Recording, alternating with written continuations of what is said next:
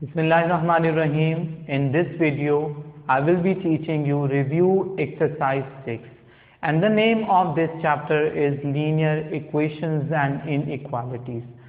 Question 1 start करने से पहले आपको ये बात जहन में रखनी चाहिए कि ये एक्सरसाइज पूरे चैप्टर का निचोड़ है।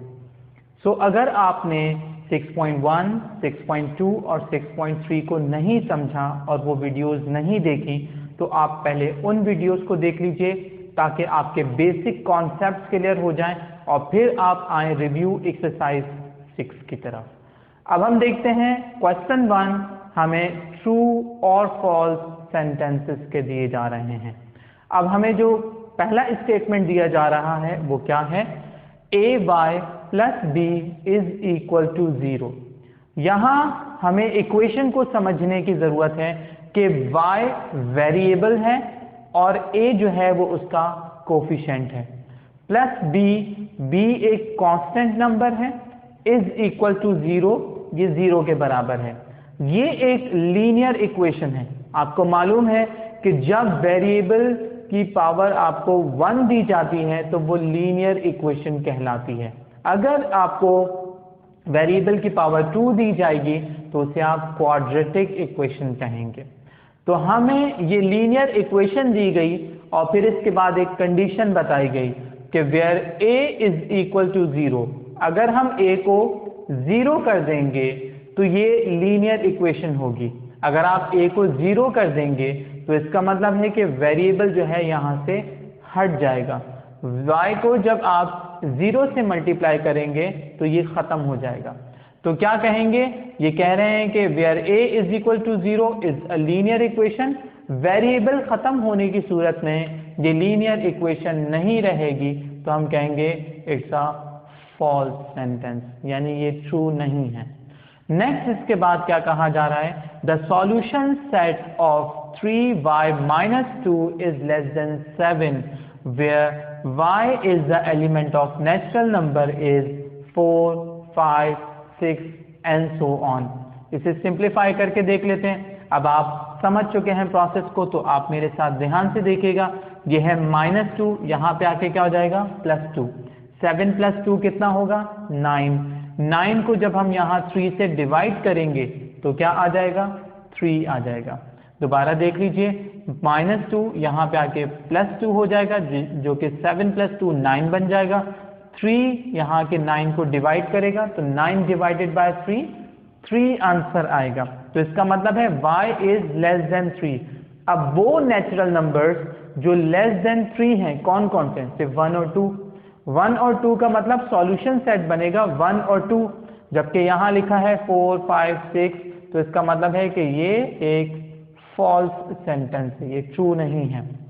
फिर इसके बाद आपको कहा गया है कि the solution set of square root of y plus 1 is 3 is 4। यानी जब आप इसे सिंप्लीफाई करेंगे तो क्या सॉल्यूशन सेट 4 बनेगा, चेक कर लेते हैं।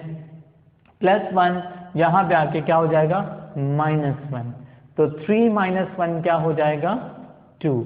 अब यहाँ स्क्वायर रूट का साइन है तो स्क्वायर रूट के साइन को खत्म करने के लिए हमें स्क्वेयरिंग बोथ साइड्स करना पड़ेगा। तो इसका मतलब ये है कि अगर मैं यहाँ शॉर्ट करके आपके लिए लिख दूं square root of y is equal to 2। अब आप स्क्वेयरिंग बोथ साइड कीजिए तो यहाँ से स्क्वायर रूट कैंसिल हो जाएगा, स्क्वायर के साइन से y इज इक्वल टू इसका स्क्वायर कीजिए तो 4 आ जाएगा। तो इसका मतलब है कि ये एक ठीक जुमला दिया जा रहा है, it's a true sentence. Next इसके बाद है the solution set of absolute value of 4y is equal to 8 is 2n - 2। अब इसे चेक कर लेते हैं।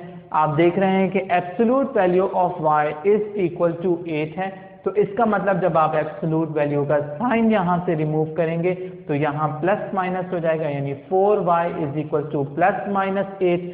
जब 8 को 4 से डिवाइड करेंगे, 4 यहाँ मल्टीप्लाई करा है, सेकेंड साइड पे डिवाइड करेगा, तो जब इसे डिवाइड करेंगे 4 से तो 4 × 1 इज 4 एंड 4 × 2 इज 8, तो यानी +-2 आ जाएगा।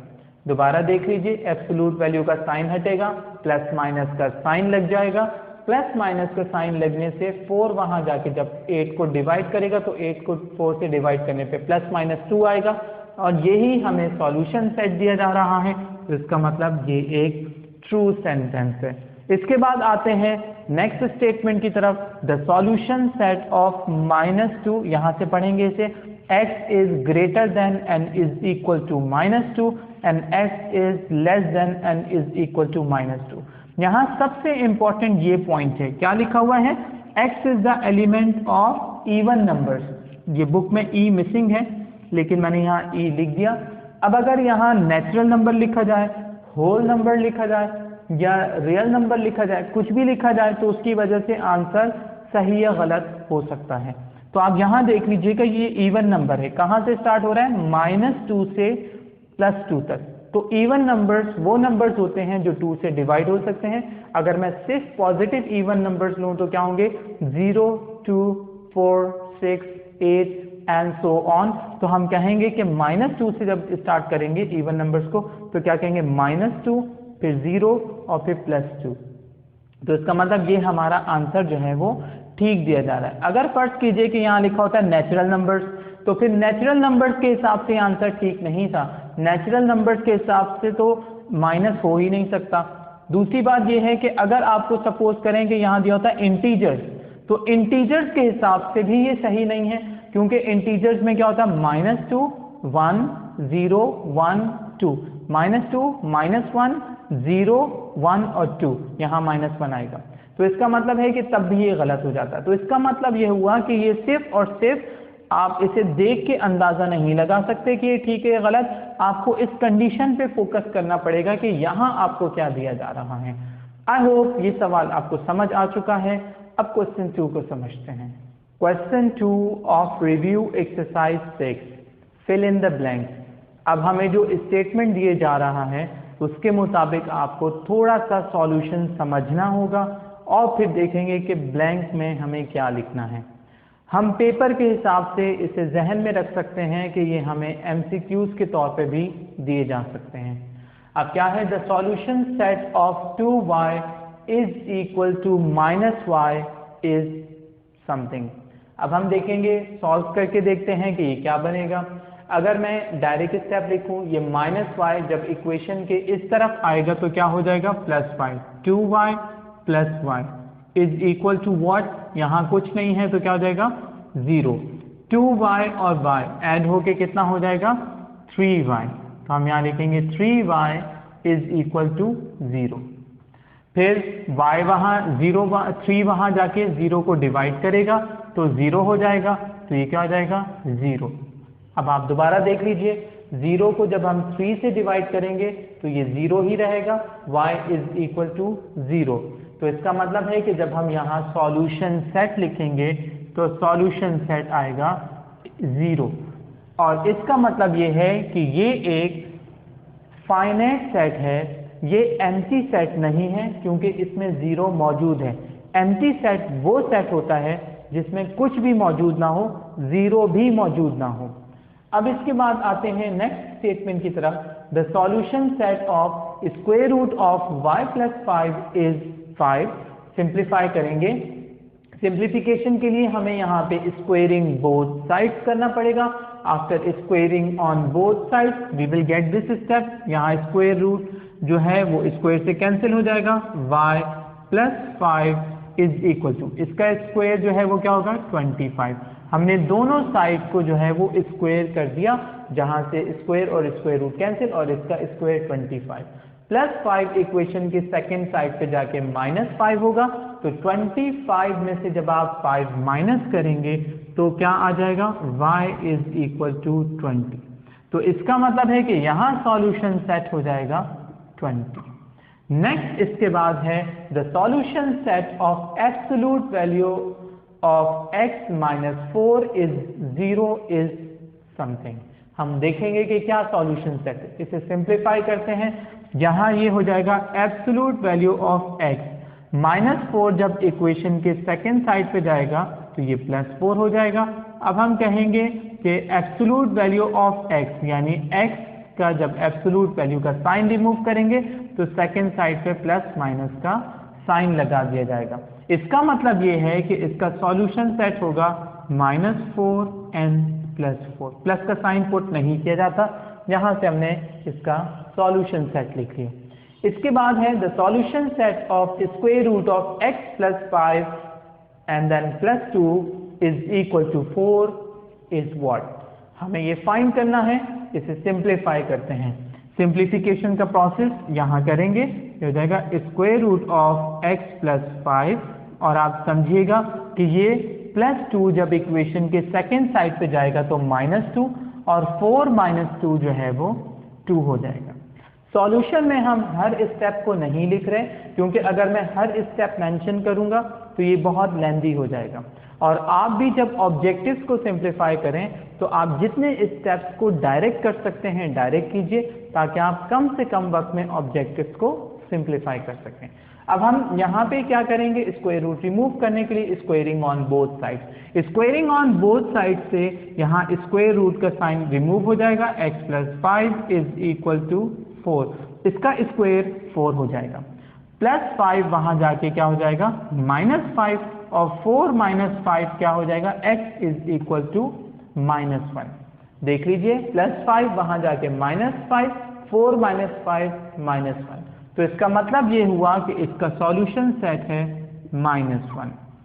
अब हमें यहां तक जो है वो इक्वेशंस दी जा रही थी, अब इनइक्वालिटी दे दी गई। इनइक्वालिटी में आपके पास दो आप कंडीशंस हैं या पॉसिबिलिटीज कह सकते हैं। 0 = y + 2, इसे आप अलग सिंप्लीफाई कर लें, y + 2 > 5, इसे अलग सिंप्लीफाई कर लें, और क्योंकि ये रियल नंबर है तो आपको इसका सॉल्यूशन सेट बिल्डर नोटेशन में लिखना पड़ेगा। अब हम पहले से सिंप्लीफाई करते हैं, देखते हैं कि क्या है। 0 > y + 2, फर्दर सिंप्लीफाई करेंगे तो ये +2 यहाँ पे आके क्या हो जाएगा -2, तो लिखेंगे -2 > y जब y > -2। सेकेंड कंडीशन को भी देखते हैं कि वो क्या है, y + 2 > 5, ये +2 वहां जाके -2, 5 - 2 3 हो जाएगा, तो हम क्या कहेंगे, y > 3।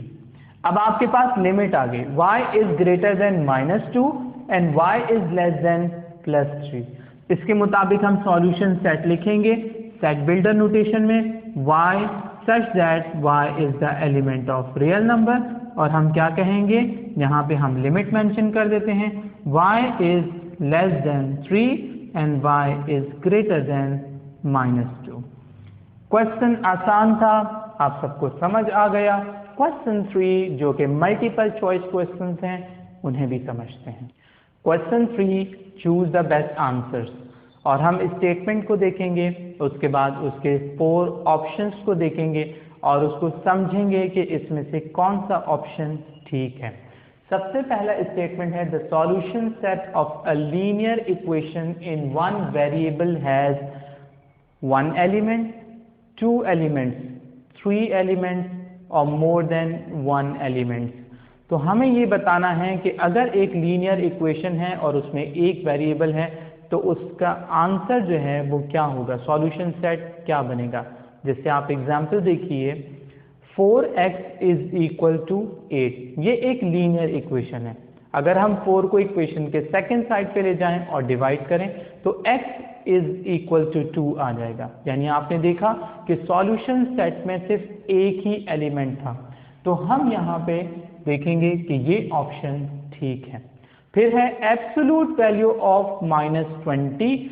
एब्सोल्यूट वैल्यू किसे कहते हैं, डेफिनेशन आप एक बार फिर देख लीजिए कि एब्सोल्यूट वैल्यू बेसिकली डिस्टेंस को कहते हैं, either from the right side और फ्रॉम द लेफ्ट साइड। अगर मैं कहूं कि ये -20 लेफ्ट साइड पे डिस्टेंस दिया जा रहा है तो इसका मतलब ये हुआ कि ये कितने स्टेप्स बनेंगे, ये 20 steps to the left side बनेंगे, और डिस्टेंस हमेशा पॉजिटिव होता है, तो इसलिए हम कहेंगे कि एब्सोल्यूट वैल्यू ऑफ -20 का मतलब है = 20। तो हमारा ये पहला ऑप्शन ठीक है। फिर इसके बाद है x = और लेस देन 4। जब मैंने पढ़ा तो आपको इसी से समझ आ गया कि कौन सा ऑप्शन ठीक है, x इज लेस देन 4 और x इज इक्वल टू 4। तो ये C ऑप्शन ठीक ऑप्शन है। The fourth statement is the solution set of square root of y is equal to 10 is। जब हम इसे सिंप्लीफाई करेंगे तो सिंप्लीफिकेशन करने के लिए स्क्वायर रूट के साइन को रिमूव करना पड़ेगा। स्क्वेयरिंग ऑन बोथ साइड्स करेंगे तो स्क्वेयरिंग ऑन बोथ साइड्स में स्क्वायर से स्क्वायर रूट कैंसिल, y बचा। और जब इसका स्क्वायर आप करेंगे तो 10 स्क्वायर मीन्स 10 टाइम्स 10 इज 100। तो y इज इक्वल टू 100। अब आप ऑप्शन देख लीजिए कि कौन सा ऑप्शन सबसे ठीक है। ये ऑप्शन सबसे ठीक है, यानी ये करेक्ट ऑप्शन है। फिर इसके बाद हमें कहा जा रहा है कि ये कौन सी इक्वेशन है, ये लीनियर इक्वेशन है, रेडिकल इक्वेशन है, क्यूबिक इक्वेशन है या क्वाड्रेटिक इक्वेशन है। ये क्वाड्रेटिक इक्वेशन नहीं हो सकती क्योंकि यहाँ स्क्वायर नहीं दिया जा रहा। क्यूबिक इक्वेशन नहीं हो सकती क्योंकि क्यूब नहीं दिया जा रहा। लीनियर 1 पावर है, हम कह सकते हैं लीनियर है, लेकिन क्योंकि रेडिकल साइन दिया हुआ है तो इसलिए हम इसे कहेंगे कि ये रेडिकल इक्वेशन है। फिर आते हैं नेक्स्ट स्टेटमेंट की तरफ। The solution set of 5 minus 3y is equal to 7। इसे थोड़ा सा सिंप्लीफाई करना चाहें तो सिंप्लीफाई कर सकते हैं। जैसे आप देखिए कि माइनस 3y को जब इक्वेशन के सेकेंड साइड पे ले जाएंगे तो ये क्या हो जाएगा, प्लस 3y, और माइनस 7 यहाँ पे आके प्लस 7, 5 प्लस 7 कितना हो जाएगा, 12। अब आप देखें जब हम 12 को 3 से डिवाइड करेंगे तो y किसके बराबर आ जाएगा, y इज इक्वल टू 4 आ जाएगा। तो इसका मतलब ये हुआ कि C ऑप्शन जो है वो करेक्ट ऑप्शन है। इसी तरह the solution set of square root of 5y plus 5 plus 5 is equal to 10। इसे सिंप्लीफाई कर लेते हैं, डायरेक्ट स्टेप्स कुछ करेंगे। आप देखिएगा ये 10 है और ये प्लस 5 वहां जाके क्या हो जाएगा, -5। 10 - 5 क्या हो जाएगा, 5। यानी हमें इक्वेशन के सेकंड साइड पे 5 मिला। इक्वेशन के इस तरफ क्या बच गया, square root of 5y plus 5। अब स्क्वेयरिंग ऑन बोथ साइड्स में क्या होगा, स्क्वेयरिंग ऑन बोथ साइड में यहाँ स्क्वायर रूट का साइन हट जाएगा, क्या आएगा, 5y plus 5 is equal to 5 square क्या हो जाएगा, 25। फर्दर सिंप्लीफाई करते हैं, प्लस 5 वहां जाके क्या होगा, -5। 25 - 5 क्या हो जाएगा, 20। 5y is equal to 20। अब 5 यहाँ मल्टीप्लाई कर रहा है, सेकेंड साइड पे डिवाइड करेगा। तो जब ये डिवाइड करेगा तो 20 को 5 से डिवाइड कीजिए, 4 आंसर आ जाएगा। तो इसका मतलब ये हुआ कि सी ऑप्शन यहाँ पे करेक्ट ऑप्शन है। यूं 7 स्टेटमेंट्स को हम समझ चुके हैं। Now let's see the last 3 sentences of question 3। क्या दिया हुआ है, absolute value of y over 3 is equal to 5। इसे हम सिंप्लीफाई करते हैं और सॉल्यूशन सेट फाइंड कर लेते हैं। When we remove the sign of absolute value on the other side of equation we will put the sign of plus and sign of minus. ये put करने के बाद now 3 is dividing here on the other side of the equation it will multiply, 5 was multiplying here on the other side of the equation it will divide। अब आप देखें कि plus minus 5 था वो मैंने एज इट इज लिखा, 5 will cancel 5 तो यहाँ 1 बचा। जब 1 को 3 से मल्टीप्लाई करेंगे तो प्लस माइनस 3 आ जाएगा। यहाँ हम प्लस माइनस का साइन लगा लेते हैं। Now accordingly you can check that which one is the correct option. So you can see that the C option is the correct one. Then the solution set of absolute value of -y is equal to 0. Now let's simplify it to see what the result is or what the solution set is. अब हम देखेंगे कि जब हम absolute value का sign remove करेंगे तो y किसके बराबर आ जाएगा, 0 के, और y क्या है, नेगेटिव। इसका मतलब यह है कि -1 यहाँ मौजूद है। -1 जब 0 को डिवाइड करेगा तो आंसर 0 ही आएगा। अगर हम यहाँ स्टेप लिखें, क्या लिखेंगे, y is equal to 0 upon -1। 0 को -1 से डिवाइड करेंगे, 0 आंसर आएगा। So this option is the correct one. फिर इसके बाद आते हैं, if x is greater then 0 and y is also greater than 0। लेकिन जब हम क्या करेंगे x माइनस वाई करेंगे तो वो लेस देन 0 हो जाएगा। इसका मतलब ये हुआ कि जो वैल्यू x की है वो y से यकीनन कम है। जैसे मैं एक मिसाल के तौर पे ले लेता हूँ कि x मैं सपोज करता हूँ कि 4 है, y मैं सपोज कर लेता हूँ कि 5 है। तो अब आप देखिएगा कि जब 4 माइनस 5 करेंगे, यहाँ 4 माइनस 5 क्या आंसर आएगा, -1 आएगा। -1 is less than 0। So the condition is quite clear here. हम क्या कहेंगे कि यहाँ पे y जो है वो ग्रेटर देन x है। तो आप देखें x plus y is less than 0, ये सही नहीं है। y minus x is less than 0, ये ऑप्शन भी गलत है। अगर आप इन वैल्यूज को पुट करके सिंप्लीफाई करेंगे तो ये भी गलत आएगा। यहाँ हम देखेंगे कि x is less then y और हम कह सकते हैं y is greater then x, तो ये ऑप्शन ठीक ऑप्शन है। और x is greater then y या y is less then x, ये ऑप्शन गलत है। तो यहाँ पे ये रिव्यू एक्सरसाइज भी कंप्लीट हो गई, चैप्टर 6 भी कंप्लीट हो गया। और अब इसके बाद हम नेक्स्ट चैप्टर 7 की रिकॉर्डिंग स्टार्ट करते हैं। तब तक के लिए अपनी दुआओं में याद रखिएगा। अल्लाह हाफिज एवरीवन।